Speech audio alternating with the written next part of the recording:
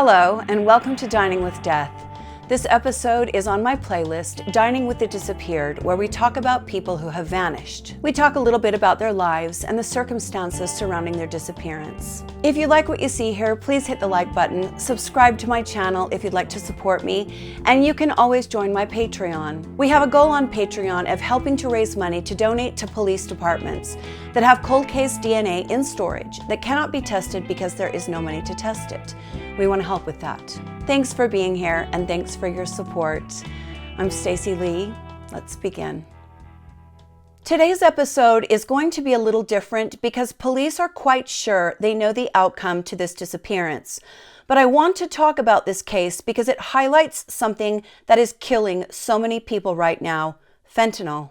I want to help raise awareness to what a serious problem this drug has become and how many lives it is ruining, and I couldn't think of a better way to do that than to tell this story, one that has become all too familiar in the last few years.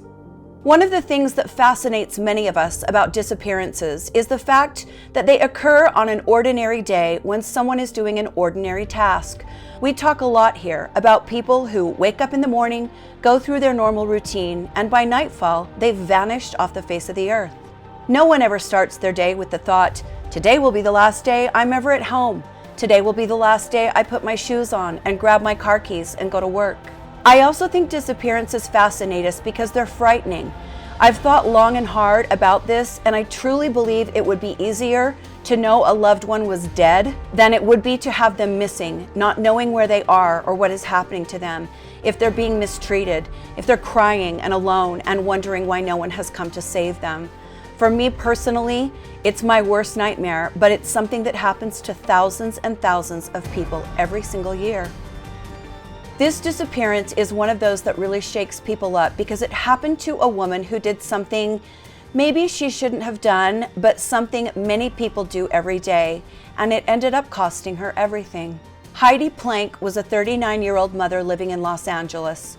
She had a 10-year-old son, and on October 17, 2021, she sat at the football game he was playing in and visited with the other parents there, talked about work and the weather, and had a very normal and usual experience, one of watching your kids play sports.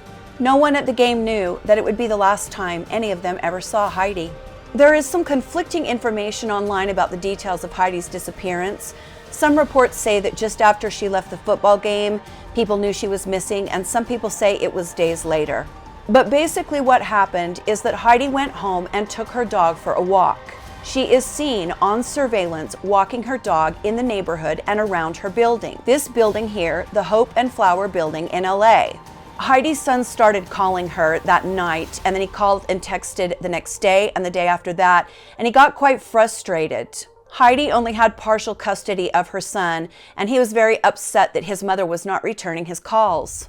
I am a cell phone person. When I go into film and I put everything on Do Not Disturb, or sometimes if I'm getting my nails done or something, I will often come out, turn my phone back on, and my text messages look a little bit like, Mom, Mom, Mom, Mom, Mom, Mom, Mom, Mom. My kids are all over 30 now, and yeah, that still happens. And it sounds like Heidi was someone like me, where she always had her phone in her hand, and if you texted her or you called her, she picked up, she responded. So when that didn't happen, her son was really concerned, and he told his father, who he was staying with at the time, he lived with a lot of the time, that Heidi wasn't calling him back, and that's when the alarms were raised. Heidi had been married to this man, Jim Wayne. They married in 2008, and then Heidi and Jim got divorced in 2012 after their son was born. There's quite an age difference. Jim is now in his mid-60s, and Heidi wasn't even 40 when she disappeared. They shared custody of their son, and Jim was very concerned about Heidi and about his son. Heidi had some things in her past that were a little questionable, and then some rumors began to float around. Heidi's friends describe her as the most loving and giving person they've ever known, and she had a large circle of friends. But apparently there was another side to Heidi, or maybe a past version of Heidi that involved some mental issues, a nervous breakdown, and some drug use. I mention those things not in judgment, but because they can sometimes play an important role in a disappearance. Heidi was someone that stayed in contact with the people who loved her, and she cared deeply about her son. She lived here in Mid-City at this home just down the street from where we're standing. Police also now concerned with this investigation. Officers actually with the LAPD were here last night serving a search warrant at that home. The LAPD's missing persons unit first handled the case, but is now shifted to the robbery homicide division. Detectives say that transition is not because of evidence of a crime has been discovered, but because it is now considered a high-profile case. The divorced single mother disappeared after leaving her son's football game on Sunday, October 17th. She's not been seen or heard from since. Surveillance footage you've seen here captured the petite blue-eyed blonde leaving her home in Mid-City that Sunday. She jumped into her silver Range Rover with her dog Seven. She joined her ex-husband and his current family at their son's football game, but then left in the middle of it. She didn't seem agitated. She might have been a little bit antsy, but she left with her dog, and she just walked up to us and said, I'm going to go. We're getting further and further and further away from finding Heidi. As soon as Heidi vanished, police believed there was foul play involved. They very quickly gathered surveillance footage from around the area, and that's where they saw Heidi on tape, walking her dog in the neighborhood and around her building. Even before the footage was viewed, someone had found Heidi's dog wandering around in the apartment building by itself. They took the dog in for a few days and took care of it. The police then began to search landfills for Heidi's body. They talked to area shop owners and residents. No one saw a thing, and the police never found a thing. Later on, Jim Wayne, Heidi's ex-husband, released these heartbreaking text messages sent to Heidi from her son, pleading with her to call him back. Like I said earlier, he had texted her for days, and his mother had never responded. Weeks went by, and then months, and the more the police listened to the chatter surrounding this case, the more they believed they know what happened to Heidi.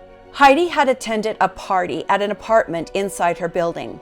Police believe that she finished walking her dog and went upstairs, at some point meeting up with someone she knew who told her to come to this party and have drinks in the building. People then began to come forward telling police that Heidi was drinking at the party and at some point had made the decision to take Adderall. Heidi had stopped and picked up this Adderall from a man she was dating at the time. It's unclear if Heidi knew this or not, but the Adderall was laced with fentanyl. Others at the party were taking drugs, but that's the scary thing about fentanyl. It acts differently at different times, and it is a very dangerous drug. Now, we have to remember this is downtown LA. People there live a very different lifestyle.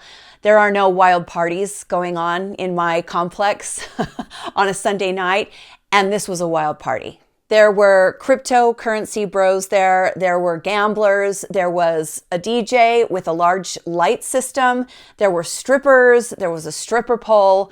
This was a party. My first thought is always like, how do you throw a party like that in a high-rise or an apartment building when you have neighbors? Anyway.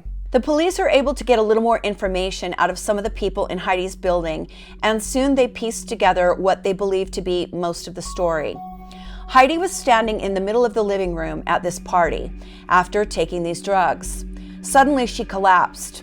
Her drink fell from her hand and the glass shattered. People at the party knelt down by Heidi and tried to revive her. Some of them even tried giving her CPR, but they couldn't do anything. Heidi had died. This is the story a lot of people are telling. These people then decided that hiding their drug use was more important than a little boy knowing where his mom was and being able to grieve her loss. So that pretty much tells you what kind of people these were. Not very good ones.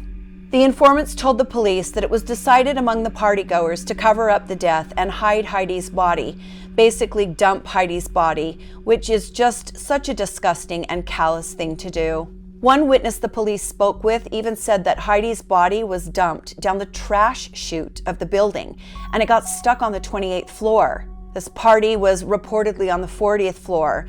So these people were not only callous, but not thinking very clearly. I've lived in high-rise apartment buildings in Austin and in Las Vegas. The trash chutes are like this wide. They do that on purpose because they don't want people putting great big things in them. And even if Heidi was small, which she was a petite person, there isn't a clear thinking person whose mind says, I can put a body in there and it's going to go all the way down.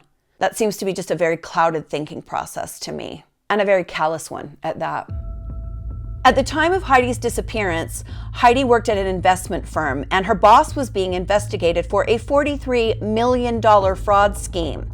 So for some time, Heidi's ex-husband believed that her boss may be involved in her disappearance. Perhaps Heidi, as a bookkeeper, had stumbled upon information that made her boss look at her and say, you know, she's got to go. But it does appear that her disappearance is far more mundane, a drug overdose. Just a few months ago, in February of 2023, Jim Wayne petitioned the courts to declare Heidi dead so her son would have access to her life insurance money. She has never been found, not even a trace of her has been found, which leaves lots of questions for me, especially taking into consideration that someone supposedly saw her body stuck in a trash chute. At any rate, no one knows what happened to Heidi Planck, and her body has never been found.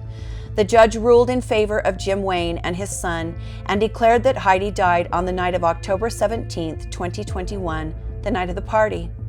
Now, I want to talk a little bit about why I chose this case. There are certain party favors that have come back into style recently, and kids are taking them the way many people in my generation took them, but we did not have to worry about fentanyl. I have to be really careful about the way I talk about this because the laws vary from state to state. There is a product available for purchase that can be used if you or someone you care about is going to have party favors, and this tool will tell them whether or not their party favors are safe. It's legal in some states and not in others, which I think is absolutely asinine and further proof of the fact that our government is in fact against us. We all know that people are going to use party favors if they're going to use them. So why can't we help them not die while doing that until they get through that phase, or, you know, straighten their lives up like many people in my generation did. A lot of my generation had the opportunity, you know, to go through that and come out okay on the other end.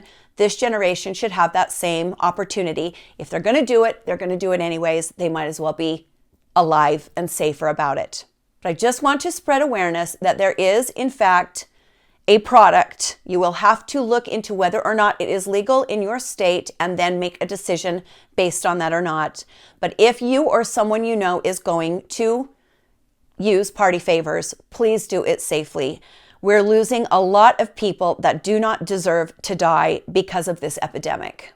Partying does not mean you deserve to die, in the same way that wearing a short skirt does not mean you deserve to be assaulted, or being a man does not mean you deserve to be blamed if somebody wants to blame you for a crime you didn't commit. We all have our issues. Every single person, regardless of what your status is, your sex, your race, your religious beliefs, whatever, we all can be targeted and we can all be victims, and we should help each other out instead of othering people and saying, well, they shouldn't have done this and they shouldn't have done this and they shouldn't have done that.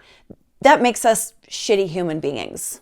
So that's my spiel on fentanyl and what you can do to not die from it. We can honor the memory of people like Heidi by doing better. If you by chance know anything about what happened to Heidi Planck in October of 2021, please call the Los Angeles Sheriff's Department or LA County Crime Stoppers at 1-800-222-8477.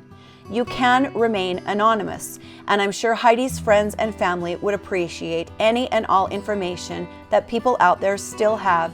So do the right thing and come forward.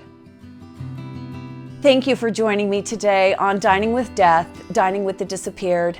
Please hit the like button and subscribe to the channel if you want to support me. It's tough here on this platform, and I need to have the channel grow if I'm going to continue. So thank you to those of you that are here every week. Thank you to those of you that are new. Thank you to those of you that have been here from the beginning. Thank you all. Stay safe, my friends, and be kind to each other. And I'll see you next time on Dining with Death. Bye.